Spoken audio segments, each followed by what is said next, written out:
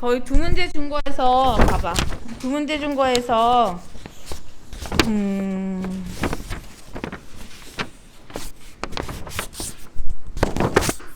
1번하고 2번으로 되어 있는데 지난주 시험 문제긴 하거든? 근데 니네 이거 다 풀긴 했냐?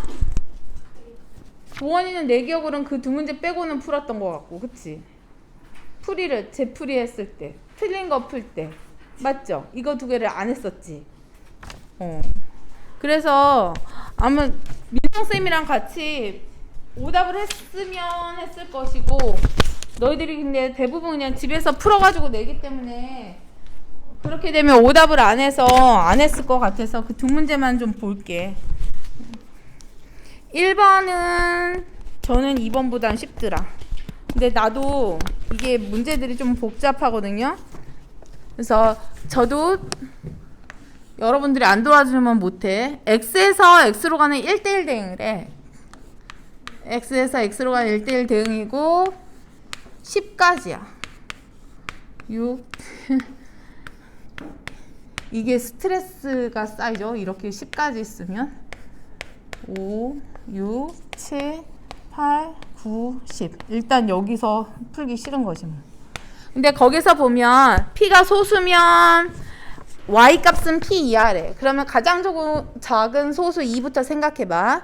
2면 Y값이 2 이하가 돼야 돼. 그럼 2가 가질 수 있는 거는 1 아니면 2밖에 안 되지. 근데 두 번째 조건에 보면 A가 B보다 작고 그리고 A가 B의 약수이면 함수값도 작아야 된대. 그 다음에 P가 소수이면 Y값은 P 이하가 된다고 했고, 여기에서 보면 1은 모든 수의 약수지. 그쵸? 그러니까 당연히 2의 약수에도 1이 있으니까 1의 함수값은 2의 함수값보다 지금 작아야 된다의 뜻인 거잖아. 그럼 당연히 1은 어디로 갈 수밖에 없겠어? 1로 대응될 수밖에 없겠죠? 모든 수의 약수야. 그러니까 가장 작아야 돼. 그러면서 2에 이렇게 대응됐어. 그 다음에 3도 소수야. 3도 소수면 3이 가질 수 있는 y값도 1 아니면 2 아니면 3인 거죠? 근데 이미 1, 2에 대응이 됐으니까 3도 3으로 가. 그렇죠? 여기까지는 괜찮았어. 근데 문제가 이제 뭐냐면 4 같은 경우에는 여기서 그 약수 관계로 갈 수 있는 애들이 5와 10이 약수 관계고 4와 8이 약수 관계인 거야. 그쵸? 그래서 얘네들 둘은 y값도 이제 더 작아야 된다 이렇게 보면 되는 건데, 문제는 이제 5가 이제 어디에 대응되느냐가 문제거든. 그러니까 예를 들면 지금 얘네 4와 5 사이 관계에서 꼭 함수값이 5의 함수값이 y값이 4의 y값보다 커야 된다는 보장은 없지. 4와 5는 그냥 서로 관계인 거니까. 그래서 여기서 이제 생각해야 되는 게 5의 함수값이 4로 갈 수도 있고 5도 이제 소수잖아. 그러면 5에 대한 y값은 5 이하가 돼야 되니까 5가 대응될 수 있는 건 4 아니면 5밖에 없단 말이야. 그래서 첫 번째 케이스 5가 4에 대응되는 거랑 두 번째 케이스 이제 5가 5에 대응되는 거랑 이게 두 개로 나눠 본 거야. 그럼 만약에 5가 4에 대응이 됐어. 그렇게 되면 그 다음에 5의 이제 배수인 10을 생각해 보면 10의 y값은 4보다만 크면 되는 거죠. 괜찮네. 그 다음에 이제 조금 더 생각해 봐야 되는 게 7. 7이 또 소수란 말이야. 그럼 소수 7을 고민을 해야 돼. 왜냐면 다른 애들은 괜찮은데 7 같은 경우에는 y값이 7, 6, 5 중에 대응이 돼야 된단 말이야. 그쵸? 그래서 5가 4에 대응된 다음에는 나는 고민되는 게 이제 뭐냐면 10은 일단 괜찮아. 100% 4보다는 큰 y값을 가질 테니까. 문제가 되는 게 내가 고민해야 되는 거는 5, 그 다음에 7, 그 다음에 10, 이 정도란 말이야. 근데 여기에서 고민되는 게 이제 7인 거야. 7이 소수기 때문에 7의 y값은 7 이하가 돼야 돼. 그러면 7의 y값으로 가능한 건 7, 6, 5 세 가지죠? 그치? 여기까지는 되지? 그래서 F7이 될 수 있는 게 세 가지가 돼. 뭐가 되든 간에 어쨌든 세 가지인 거잖아. 그 다음에 이제 중요해. 그 다음에 이제 생각해야 되는 게 7의 y값도 대응이 됐다고 쳐. 7이 뭐 한 6쯤에 이제 대응됐다고 할게요. 그러면 이제 문제가 되는 게 나머지 이제 괜찮은데 4랑 8이 둘이 약수 관계죠. 그치? 그리고 내가 이제 신경 써야 되는 게 6에 대한 y값도 찾아야 되고 그 다음에 9에 대한 y값도 찾아야 되고 10에 대한 y값. 얘네들은 지금 내가 찾아야 되는 애들이야. 그쵸? 근데 4와 8은 이미 순서가 정해져 있어. 4의 y값이 8의 y값보다는 무조건 어때야 돼? 그것밖에 없는 거야. 4의 y값이 8의 y값보다만 작으면 돼. 나머지는 어디에 대응되든 이제 상관이 없는 거야. 나머지는 좀 우리가 신경 써야 될 애들은 앞에서 다 걸러냈거든. 그래서 우리가 이렇게 순서가 정해져 있으면 뭐를 쓰라고 했죠? 조합이야. 근데 여기에서는 4와 8을 그거는 이제 우리가 크기인 거고 얘 같은 경우에는 4와 8 이것도 그냥 문제 푸는 스킬 중에 하나야. 4와 8을 아예 똑같은 동그라미라고 치는 거야. 동그라미라고 치고 내가 6의 함수값, 9의 함수값, 10의 함수값을 생각을 하는 거야. 무슨 얘기냐면 4에 대응될 수 있는 거 4나 8이나 이거는 사람으로 배열할 때는 숨 막혀.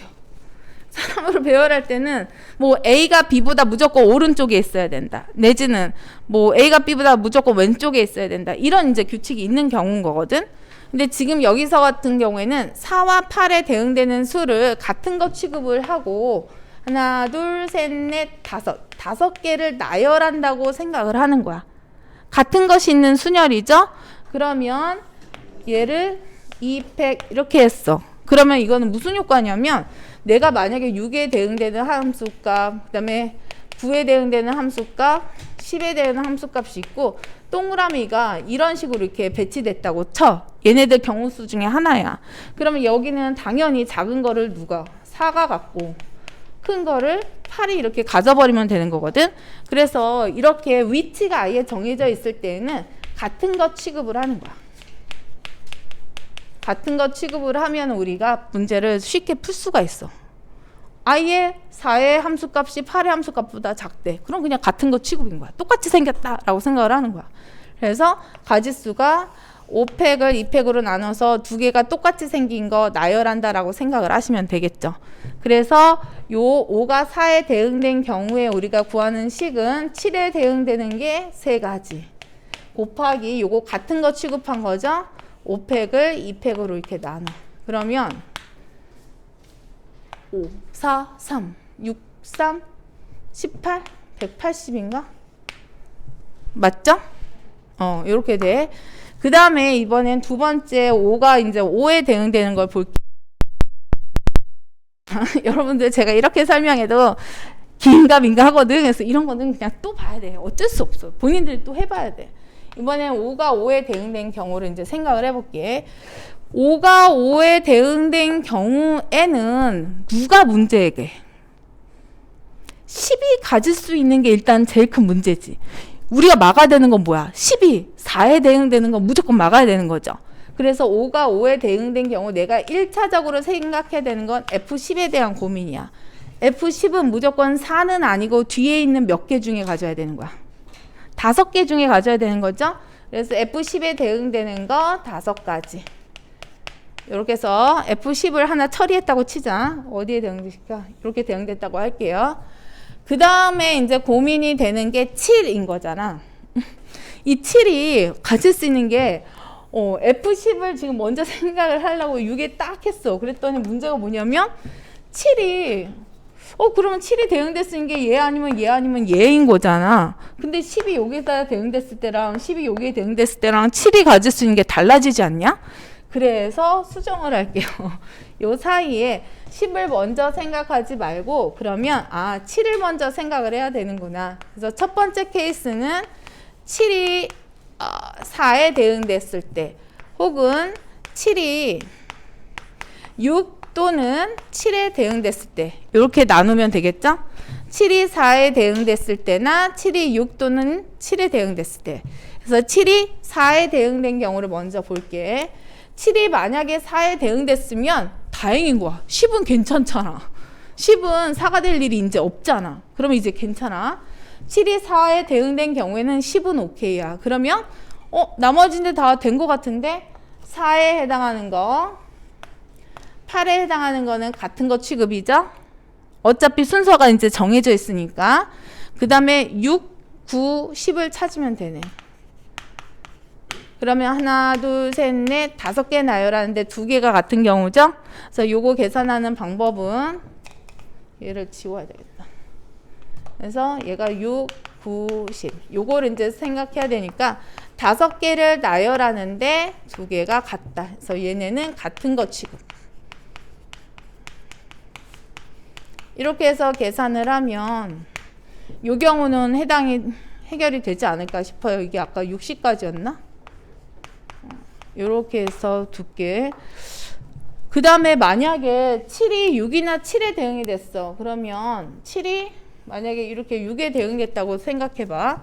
그러면 10이 대응될 수 있는 거는 6 빼고 4도 빼고 4가지 중에 하나죠. 그래서 이 경우에는 이제 F10을 고민을 해야 돼. F10에 해당하는 거는 4가지가 해당해. 왜냐하면 7이 6에 대응됐으니까 4 안 돼. 그 다음에 7이 대응된 애도 안 돼. 그럼 10이 고를 수 있는 애는 나머지 4가지 중이야. 그 다음에 이제 남은 애들 생각을 해보자. 그럼 남은 애들이 4, 6, 여기서도 8도 남아있었구나. 4하고 8하고 6하고 9, 10은 없으니까, 그치? 4, 8, 6, 9 맞죠? 4, 8, 6, 9 나머지는 됐다. 그 다음에 여기서 그러면 같은 거 취급해야 되는 게 얘네들인 거잖아. 그래서 얘네들 계산하는 방법 4개가 남았는데 2개가 같은 거 취급이야. 그러면 요거 이제 계산 한번 해볼게요. 그래서 이거를 계산은 식은 이렇게 쓰면 되겠다. 식은 7이 대응될 수 있는 게 6 또는 7이니까 여기서 2가지 나오죠. 그러면서 여기서 4가지 나왔었죠. 그러면서 요거만큼도 있죠. 그래서 2 곱하기 4 곱하기 4팩을 2팩으로 나눈대. 4, 3, 12, 2, 4, 8. 그럼 얘가 96까지겠죠? 그럼 얘네를 다 더해야 되겠다. 96에다가 60 더하면 156인가? 156에다가 아까 180이었지? 180. 이렇게 해서 답은 336까지 이렇게 나와야 돼. 그래서 가지수 여기서 96개 하나, 96개 하나, 여기서 60까지 하나, 그 다음에 여기서 180까지 하나. 그래서 너희들이 어렵다고 생각하는 문제는 문제가 엄청나게 어려운 게 아니라 많은 내용이 들어가 있는 거야. 그러니까 조금 더 생각해야 되는 거나 이게 여러 단계가 필요해서 어려운 거기는 해. 근데 경우의 수 문제 풀 때는 진짜 끊임없이 고민을 해야 되는 건 그거야. 어떻게 하면 효과적으로 내가 세기를 할 수 있을지. 그게 순열이든 조합이든 전혀 상관없어. 나뭇가지를 그리든 그거는 상관 전혀 없어. 내가 그냥 빼놓지 않고 셀 수 있으면 그게 가장 좋은 방법이야. 근데 자꾸 흉내는 내야 돼. 그러니까 나만의 방법이 너희들이 지금은 뭐 수학자도 아니고 맨날 이 수학만 연구한 사람들도 아니잖아. 그래서 자기만의 방법이 서 있지 않는 상태야. 그리고 낯선 단원이잖아. 그러면 이 부분에 대해서 익숙한 사람들의 방법을 응용을 해야죠. 그래서 이런 방법들도 써봐. 근데 이 문제는 내가 풀어준 이유는 진짜로 딱 요거 때문이야. 4와 8 이런 애들이 무조건 4는 8보다 왼쪽에 있어야 된다는 소리인 거잖아. 위치로 봤을 때. 그럴 때는 반드시 같은 거 취급을 한다라는 거. 저런 게 만약에 응용해서 나오면 이런 식으로 물어볼 수는 있을 것 같아. 만약에 A, B, C, D, E 이렇게 사람들을 나열을 해. 이거를 나열을 하는데 이거는 교과서 수준의 문제야. 얘네들을 나열하는데 반드시 A는 B의 왼쪽에 위치하게 하래. 이게 규칙이야. 그러면 A와 B는 위치가 어쨌든 A는 B의 무조건 왼쪽인 거죠. 그때는 A와 B를 같은 거 취급을 하는 거야. A와 B가 같은 거 취급을 하고 나머지 C, D, E를 이제 배열한다라고 하면 그냥 5개 배열이 아니라 같은 것이 있는 순열이 되는 거죠. 그래서 A와 B가 같은 것을 취급을 하면 우리가 나중에 이걸로 나눴지? 그렇게 생각을 하면 돼. 그래서 이런 문제는 아마 교과서에서도 봤을 거야. 니네가 학교 시험 문제를 풀었으면. 그래서 위치가 정해져 있으면이야. 꼭 왼쪽 이게 아니라 뭐 오른쪽도 상관없어. 그냥 위치가 정해져 있으면 같은 거 취급이야. 그거를 기억해 주시면 되겠어요. 너희들이 저는 추울까 봐 마음이 아파서 그랬는데 또 내 차가 따뜻해. 그나마 좀 추워가지고 바들바들 떨면서 잠이라도 해야지. 따스우니까 더 졸리잖아. 따뜻하면. 시국이 안 좋아서 마음이 또 싱숭생숭하면서 나중에 진짜 올해는 탓할 때가 코로나밖에 없잖아. 이게. 내가 공부가 안 되는 이유도 그렇고 모든 게 다 코로나 탓 아니야. 그것도 그냥 좋게 생각해. 탓할 거라도 있는 게 어디냐. 근데 자꾸 이렇게 돼서 나도 마음이 아프긴 하지만 뭐 어떡해. 그렇다고 벗어나도 살 수 있는 건 아니고. 다른 데는 정말로 난리랜. 그나마 김포가 나는 김포 난리 났다고 했더니 우리가 조용한 거대. 다른 지역에 비해서는. 대구가 난리라고 할 때는 그랬는데 대구는 진짜 조용해졌더라. 대구 사는 친구가 나 걱정하더라고. 괜찮냐고. 저는 두 번째 문제가 더 어려워요. 근데 어렵다기보다는 제가 설명하는 문제들은 일단은 제일 먼저 문제의 뜻을 파악하는 게 1번이고요. 그 다음에는 내가 풀이하는 방법들 중에서 나중에 내가 뭔가를 그걸 흉내낼 수 있는 것들을 꼭 하나씩 찾아서 자기 걸로 가지고 가야 돼. 이거는 경우의 수 문제를 풀 때 가장 또 큰 특징이 또 뭐가 있냐면 세 개를 하는 거는 괜찮아. 어떻게 풀든 답은 나와. 근데 방법이 수십 가지인데 어떻게 풀면 진짜 돌아가서 정말 미칠 것 같고 생각하기 나름인 거야. 어떤 식으로 생각하면 진짜 쌈박하게 풀리는 거야. 그 창의적인 그런 획기적인 그런 아이디어를 나는 내고 싶은데 하루아침에 절대로 안 돼. 그거는 기본적인 그런 경우의 수 문제들을 많이 풀어서 연습을 하는 수밖에 없어. 그래서 긴장하시고서 보셔야겠어요. 민기야! 졸면 안 돼, 얘들아. 안 돼. 우리 장소가 바뀌었으면 이제 달라져야지. 1부터 10까지 자연수가 하나씩 적힌 공이 10개 들어있는 주머니에서 하나의 공을 꺼낼 때 심지어 확인하고 또 넣는데 이것도 마음에 안 들어. 다시 넣는데 A, B, C, D라고 하는데 근데 세수의 최대값을 M이라고 할 때 네 번째 이제 맨 마지막 숫자가 M보다 작은 경우래. 이거를 M의 값이 얼마일 때 그 다음에 얘네가 나온 걸 또 나열할 때 이런 식으로 생각하면 진짜로 노답이야. 근데 이런 아이들은 어떤 규칙을 가지고 있는 가능성이 많거든. 그래서 몇 번 이제 해보는 거야. 그러면 일단 문제의 뜻부터 파악을 해야 돼. 매번 내가 꺼낼 수 있는 공에 가지수는 10가지야. 왜냐면 확인하고 다시 넣었거든. 근데 지금 이 문제의 핵심은 뭐냐면 요렇게 이제 3단계까지 내가 3개를 뽑았을 때 이 수들 중에 가장 큰 애. 이 수가 똑같은 애가 3번 나올 수도 있는 거야. 그랬을 때 이 가장 큰 수보다는 얘가 더 작아야 되는데 이때의 맥시멈을 M이라고 했을 때 이 D의 값은 M보다는 작다. 이게 이 문제의 규칙이야.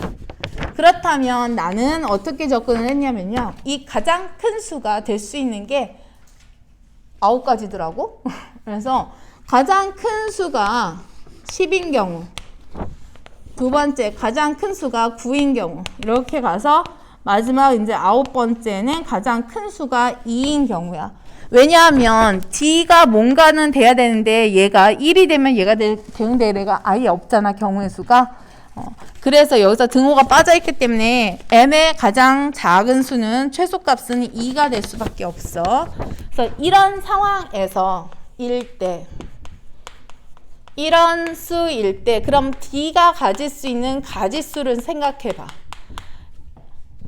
그 앞에 3개가 뭔지는 나중에 생각하는 거야. 그러면 가장 큰 애가 10이야. 그러면 D가 될 수 있는 건 9가지지. 이런 식으로 이제 하면 조금은 쉬워져. 이때는 8가지야. 그렇게 가다가 이 경우에는 이제 한 가지 이렇게 되겠죠. 그 다음에 이제 내가 고민해야 되는 게 A나 B나 C인 거야. 생각해봐요. A나 B나 C가 어쨌든 똑같은 수가 될 수도 있는 거잖아. 그치? 그러면 A가 될 수 있는 것도 10가지, B도 10가지, C도 10가지야. 근데 뭐는 안 되겠냐? 10, 10, 10. 뭐 이런 거는 되잖아. 10가지, 10가지, 10가지인데, 응? 반드시 10은 있어야 되는 거죠. 그러면 여기서 이렇게 생각하면 돼. A가 고를 수 있는 것도 10가지, B가 고를 수 있는 것도 10가지, C가 고를 수 있는 것도 10가지지만 적어도 하나는 뭐가 돼야 되는 거야? 10. 그래서 여기서 필요한 거는 적어도 하나는. 그러면 적어도라는 말이 있으면 우리가 여사건으로 접근을 했죠? 전체 경우의 수야. 이거 10의 세제곱은. 그러면 10의 세제곱 이거는 전체 경우의 수에서 적어도 하나가 10의 반대말이 뭐야? 셋 다 10이 아니다지. 셋 다 10이 아니면 몇 가지야? 9가지 아니냐? 10 빼고 9가지. 1부터 10까지 중에 10을 빼봐. 그럼 9가지잖아. 그러면 셋 다 9가지인 경우 빼기 9의 세제곱. 이렇게 가면 되죠. 마찬가지로 그럼 얘도 똑같아. 그러면 최대값이 9라는 소리 아니야? 전체 경우의 수는 그러면 얘네들은 10은 나올 수 없는 상황이지? 최대가 9인 상황이니까. 그럼 9가지야. 근데 적어도 하나는 9여야 돼. 그럼 거기서 반대는 뭐야? 셋 다 9가 아닐 때 8의 세제곱. 9가 아닌 수 8개. 그래서 9의 세제곱 마이너스 8의 세제곱. 그러면 이제 보이지 않냐? 그 다음에는 뭐겠어? 8의 세제곱 마이너스 7의 세제곱이었겠지. 쭉 가다가 이때는 뭐겠어? 2의 세제곱 마이너스 1의 세제곱이었겠죠? 근데 이 가지수를 다 나는 어떻게 해야 돼? 더해야 돼. 그러면 이제 식으로 가서 내가 구해야 되는 식으로 봐봐. 9 곱하기 10의 세제곱 마이너스 9의 세제곱. 그 다음에 얘는 이제 더할 거죠. 플러스 8 곱하기 9의 세제곱 마이너스 8의 세제곱. 뭔가 없어질 것 같은 느낌이 막 들지 않냐?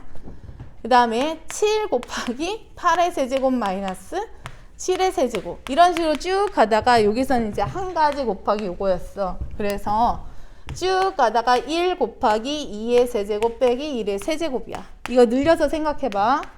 9 곱하기 10의 세제곱. 그다음에 마이너스 9의 세제곱 플러스 8 9의 세제곱. 9의 세제곱이 9개에서 8개. 얘네 빼고 나면 마이너스 1만 남죠. 뭔 말하는지 알간? 9의 세제곱이 마이너스 9개에서 플러스 8개 이 뜻인 거잖아. 그래서 마이너스 9의 세제곱만 남아. 그러면 여기도 봐봐. 8의 세제곱이 마이너스 8개에서 8의 세제곱이 플러스 7개야. 그럼 여기도 마이너스만 남지? 그래서 마이너스 8의 세제곱. 그 다음에 쭉 가는 거야. 마이너스 7의 세제곱 마이너스 6의 세제곱. 쭉 가다가 마이너스 2의 세제곱 마이너스 1의 세제곱. 그래서 너희들이 만약에 이 어떤 수의 세제곱의 합을 구하는 공식을 알고 있다면 이 문제가 되게 쉽게 풀리겠지. 그거 언제 배웠는지 알아? 수열에서 배워요. 그래서 여러분에게 참고로 이거를 적어 드릴 테니까 그냥 외워. 1 더하기 2 더하기에서 가우스님께서 하신 거 1 더하기 2 더하기부터 해서 n까지 더한 합은 2분의 n 플러스 1부터 100까지의 합. 진짜 1분 만에 맞추셨잖아. 1부터 100까지의 합이야. 그러면 2분의 100 곱하기 100일 이거란 뜻이야. 그 다음에 1의 제곱 2의 제곱. 이건 눈에 잘 안 들어올 거야. 그래도 나중을 위해서 그냥 미리 알고 있으면 도움이 되겠다 생각을 하시면 되겠어요. 6분의 n 플러스 1 2n 플러스 1. 안 외워지면 이거는 걸러 수원할 때 또 할 거니까. 근데 이게 그럼 더 어려울 것 같은 생각이 들잖아. 근데 얘는 되게 쉬워. 이렇게 가다가 n의 세제곱까지 이제 더하잖아. 2분의 n 플러스 1. 이거에 그냥 제곱만 하면 돼. 그래서 요거랑 요거는 처음 1부터 n까지 확보하는 거랑 1의 세제곱부터 n의 세제곱까지 가는 거는 거의 세트로 가거든? 그러면 알고 있으면 도움이 되는 거야. 안 그러면 너희들 이거 다 계산해야 돼. 싫잖아. 9의 세제곱, 8의 세제곱 이거 다 언제 계산할 거야. 그래서 쟤를 안다라는 생각에 얘가 9,000이죠? 빼기 요거 계산 한번 해볼게요. 1부터 9까지지? 그러면 2분의 9 곱하기 10 이거를 나는 제곱 이렇게 하면 돼. 그래서 세제곱들의 합은 n까지 세제곱이야. 그러면 2분의 n 플러스 1의 제곱인 거야. 그냥 1부터 n까지 합이야. 그러면 2분의 n 플러스 1이야. 이 정도는 초등학생들도 기억하고 있는 애들 되게 많아. 그래서 요거는 알고 있는 게 좋겠어요. 그래서 요거 계산하면 답이 이렇게 띵 나올 거야. 이 정도는 계산할 수 있어. 그래서 답이 6,975래요. 6,975 이렇게 해서 구하면 되겠어. 이게 제가 발견한 풀어봤을 때는 그냥 이렇게도 해보고 저렇게도 해보려고 했는데 이렇게 풀어야지 그나마 제일 쉽더라고. 근데 이런 식으로 내가 요즘에 코딩을 하거든. 우리 꼬맹이들이랑 그걸 하면서 진짜 와 이거는 꼭 시켜야 되겠다는 생각이 들었던 게 코딩을 할 때 필요한 그 알고리즘적 사고 있잖아. 이게 알고리즘적 사고거든. 이게 문제 풀 때 되게 중요한 키가 되더라고. 그래서 분절해서 생각하는 거야. 그냥 계획만 세우는 거야. 어떻게 하면 저렇게 나오지? 그 다음에 저렇게 계산하다 보니까 이게 특징이 있네. 숫자가 하나씩 줄어드니까 쟤네는 이렇게 따졌구나. 내가 여기서 필요한 내용들이 뭐가 있지? 라지 m의 값 필요할 거고 d의 값은 어떻게 되는지 알아야 될 거고 그거에 따른 스몰 a, b, c의 값이 어떻게 되는지 생각을 해야겠다. 요 정도 생각하면 되는 거야. 그래서 이런 거는 그냥 어렵다고 생각하시는 게 아니라 흉내를 좀 내보시면 되겠어요. 그리고 제가 여러분들한테 드렸던 그 교과서 문제는 내가 지금 당장 너희들한테 앞에서 풀어주면 안 돼. 이거는 적어도 이 안에 있는 문제들은 제가 볼 때 똑같이 교과서를 한 3번 풀라고 해. 그러면 처음에 아주 기본적인 문제 이런 것까지 3번 풀 수는 없잖아. 그랬을 때 나중까지 갔을 때 선생님들 그래도 문제를 응용하거나 했을 때는 이런 스타일의 문제들을 가지고 변형하시지 않을까 싶어서 골라본 거거든. 근데 이거를 한 3차까지 골라보려고 해요. 왜냐면 저도 볼 때마다 다르잖아, 느낌이. 교과서에서 또 놓치는 부분들이 있거든. 그래서 일단 제가 한 1차로 걸러봤을 때 이런 문제들은 좀 적어도 미니멈 알아야겠더라. 뒤에 있는 경우의 수 문제 봐봐. 거기 쉽지 않을 거야. 그래서 거기 있는 문제들은 좀 풀어야 되고요. 그리고 제가 백발백중이랑 지금 여러분들 친구들까지 해서 여기 숙제한 거에서 모르는 것 좀 봐줄 테니까 내가 왔다 갔다 이제 한 사람당 맥시멈 2문제까지 질문 바꿔서 왔다 계속 돌게. 여기서부터 쭉. 그러면은 모르는 거 봐줄 수 있을 거야. 네.